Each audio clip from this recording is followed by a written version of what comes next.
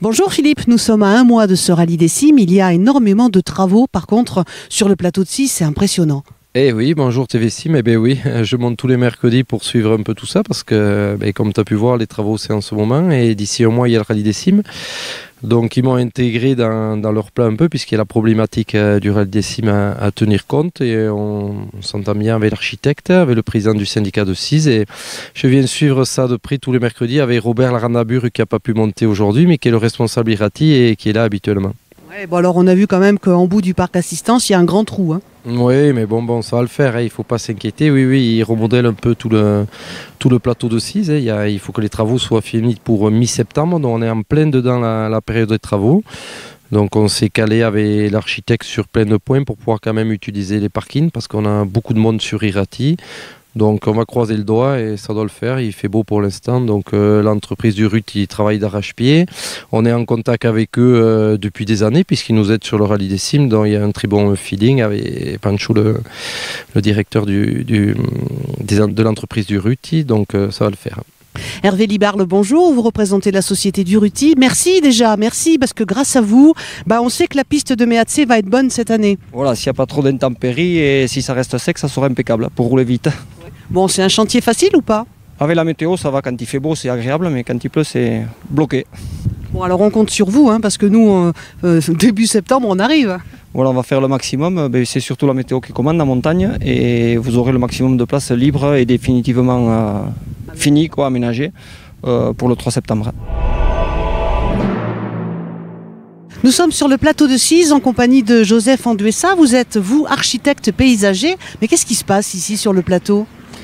Il se passe que c'est un des plus beaux sites du Pays Basque, qu'il est emblématique et qu'il fallait le remettre à niveau au point de vue naturel. Et on est en train de refaire une remise en état telles que étaient les choses peut-être avant qu'on intervienne de façon agressive. Voilà.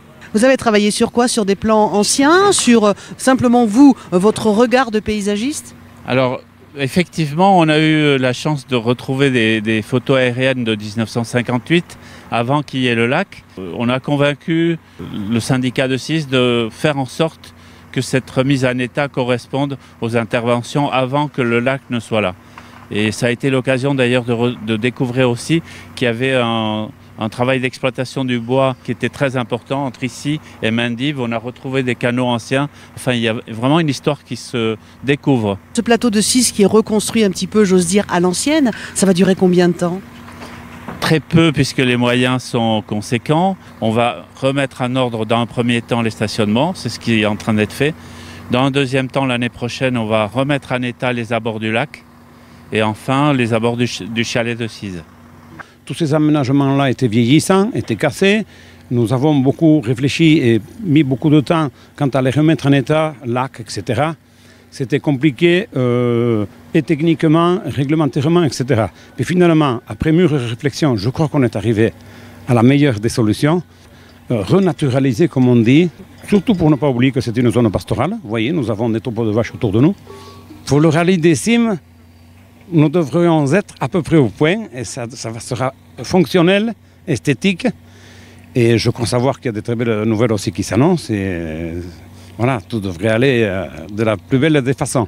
L'accueil pour la plupart des gens ici, c'est à la journée, ils viennent profiter d'un cadre qui est quand même assez sympathique. Notre objectif, c'était de faire en sorte, pas forcément d'accueillir plus, mais d'accueillir mieux. En 61e rallye des cimes, on fait un petit peu le détail des spéciales? Les spéciales ne changent pas beaucoup, on reprend la même typologie qu'il y a 2 ans pour le 59e rallye des cimes. Départ de Mauléon le vendredi, vérif sur la place des Allées toute la journée. Après l'après-midi, la spéciale espèce Mauléon, le parc fermé à fin de journée sur Mauléon.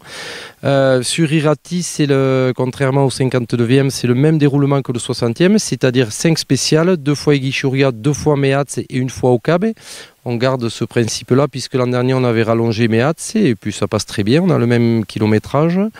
Et le dimanche, donc on repart avec Escule en Belce. En Belce, il y aura une modification sûrement, on doit aller avec l'équipe terrain parce qu'il y a une coupe de bois. tout le bas, pour ceux qui connaissent du Pont Noir, c'est impraticable, je dis bien impraticable, donc il va falloir qu'on ouvre, si on veut que le rallye passe en belle, c'est une autre piste, on est en train de voir. Donc après on continuera par Troisville-Madeleine, Barcus-sur-Lot là, et Troisville-Madeleine. Donc dans le fond, pas de changement, mais énormément de changements sur le terrain. Je vais vous montrer, là on est sur Irati. L'an dernier, vous y étiez à la Madeleine, on a utilisé la nouvelle machine que Jean-Pierre Suide nous a montré pour casser du caillou. Et on s'est dit pourquoi pas l'amener sur Irati. Donc là on est sur Ocab et vous allez regarder toute la remontée des gros cailloux d'Ocab. Il y a plus que de petits cailloux. On a voulu essayer cette technique cette année pour voir, parce qu'habituellement on travaille au bulle, mais le bulle ça remue quand même pas mal de cailloux. Donc là on a essayé de casser les cailloux superficiels et on va voir ce que ça donne. On refait toute la montée de Troisville-Madeleine qui méritait jusqu'en haut de la Madeleine avec la machine à Jean-Pierre. Donc j'ai pas été voir, il est passé, mais je pense que vu le travail qu'il fait sur Irati, on doit avoir également en bas de très très belles pistes. Je pense honnêtement qu'on aura un beau rallye cette année et de belles pistes pour les pilotes qui vont se régaler. Bon, on continue la piste d'Ocabé et on se retrouve dans quelques instants sur Meatzé. Allez, ça marche. À tout de suite. On n'a pas touché la piste en profondeur, mais tout le dessus, comme tu peux voir, oui, c'est comme de l'empierré. Donc là, on se trouve au milieu des lacets de Meatzé, méconnaissables évidemment. C'est comme ça tout le haut, depuis l'intermédiaire, ce qu'on appelle des lacs, là, en face du départ Iguchuria, de la plantation. Et pour rejoindre la piste du ski de fond, honnêtement, c'est magnifique. On espère que ça va le rester. Rouler dans ce cadre-là, c'est, je le dis, magique, mythique et exceptionnel, hein, effectivement. Ouais, c'est unique. Bon, Philippe, on va pouvoir en parler peut-être maintenant. On a un invité surprise cette année sur ce 61e rallye. Oui, un invité surprise. Alors c'est parti d'un défi, on l'a rencontré lors du rallye historique et Elodie lui a dit pourquoi pas oser venir rouler pendant le rallye des Cimes. Elle était avec Pierre Daribo, il y a eu transaction, il a fait son départ un peu plus haut. Ils sont restés à blaguer un moment et puis je pense que Daniel a aimé cette convivialité. Au fur et à mesure, il a vu tout le convoi, il y a eu le convoi des Jeeps, il y a eu le convoi des buggy, chacun s'arrêtait, il prenait une selfie avec lui, il blaguait. Le courant est passé, on est resté en contact et pourquoi pas se dire par la suite le recontacter pour qu'il revienne. C'est peut-être un challenge, ouais. J'aime bien les challenges. On a vu qu'il était quand même intéressé, ça lui a plu, il fait de la course automobile, il est pilote lui-même et puis bon, il fallait un véhicule. On a conclu un partenariat avec Vincent Logman que je remercie ici. Vincent Logman, pour l'histoire, c'est lui qui a mené les premiers SSV au Rallye des Cimes il y a 3 ans, je pense. Et voilà, l'histoire continue. Il faut se souvenir qu'au début du Rallye des Cimes, les premiers concurrents, les premiers pilotes se lançaient des défis qui montaient le plus vite en haut des montagnes. Donc là, je trouve sympa l'anecdote avec Daniel Henena de lui dire...